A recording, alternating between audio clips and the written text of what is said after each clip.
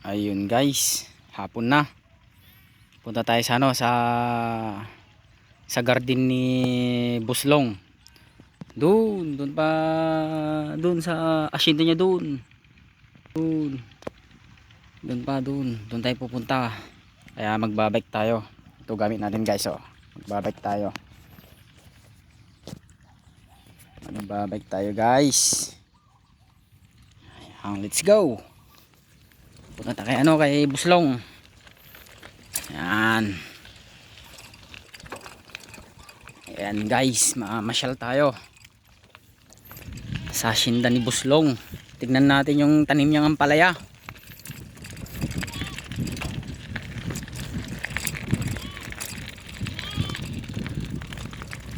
Me.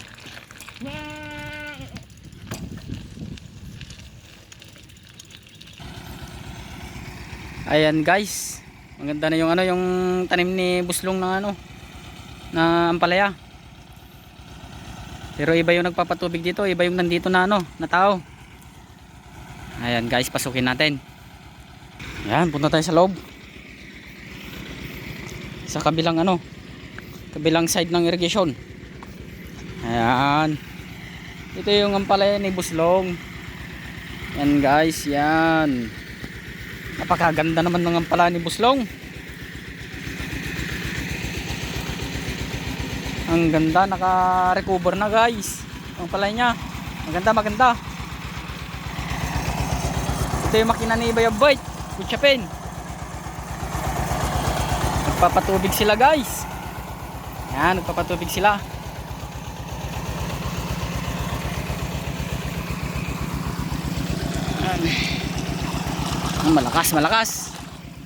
Malakas yung buga. Ano kaya ang tanim nila? Upo guys, upo yung tanim nila guys. Kaso wala tayong naabutan na dito, nakabantay.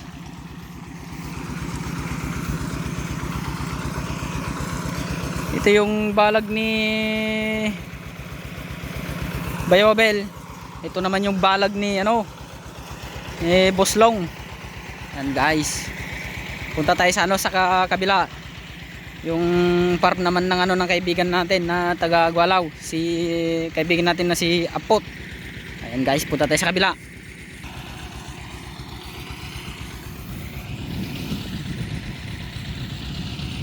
Ito yung bukirin ng likod namin guys. Yan, ganito kalawak. Patad, dito kami sa patad. Ayan guys, nakita nyo na. Doon ako galing. Let's go, punta tayo sa kabila. Ito na tayo guys. Dito na tayo sa farm ng kaibigan ko guys. Pero umaga hapon nandito siya, kaso ngayon wala siya. Wala kang makikitang tao dito. Tignan natin yung guys, yung pitsay niya. Kung mayroon tayong makukuhang uulamin mamayang hapunan. Ayan guys, lapitan natin yung pitsay ni Sir Efren Kabamungan.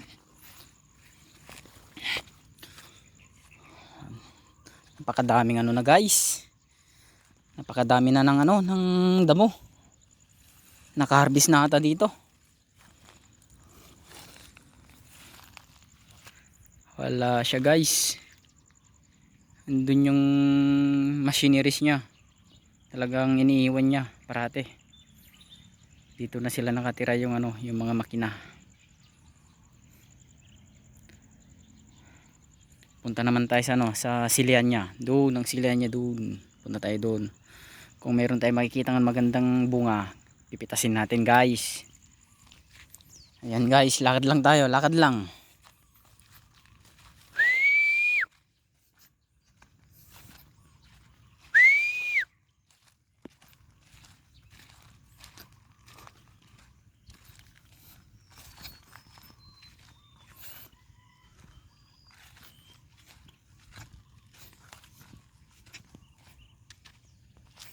Ayan guys, andito na tayo sa ano, sa munting bahay kubo niya. Ayan guys, yan yung kubo ni ano, kubo-kubo ni Sir Efren. Ito yung tambayan namin. Doon kami nagpapakulo ng ano guys, ng mainit na tubig, tapos nagkakape kami ng ano, ng Nescafe. Ito yung sili niya guys. Yun, maganda pa naman yung sili niya. Kaso walang hinog, nagpitas ata, naghardis ata si Sir Efren. Ayan guys, yan, kaso walang tao.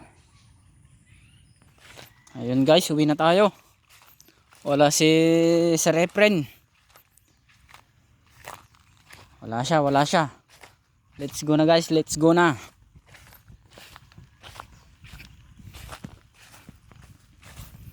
Ayun guys, pauwi na tayo, walang tao dito.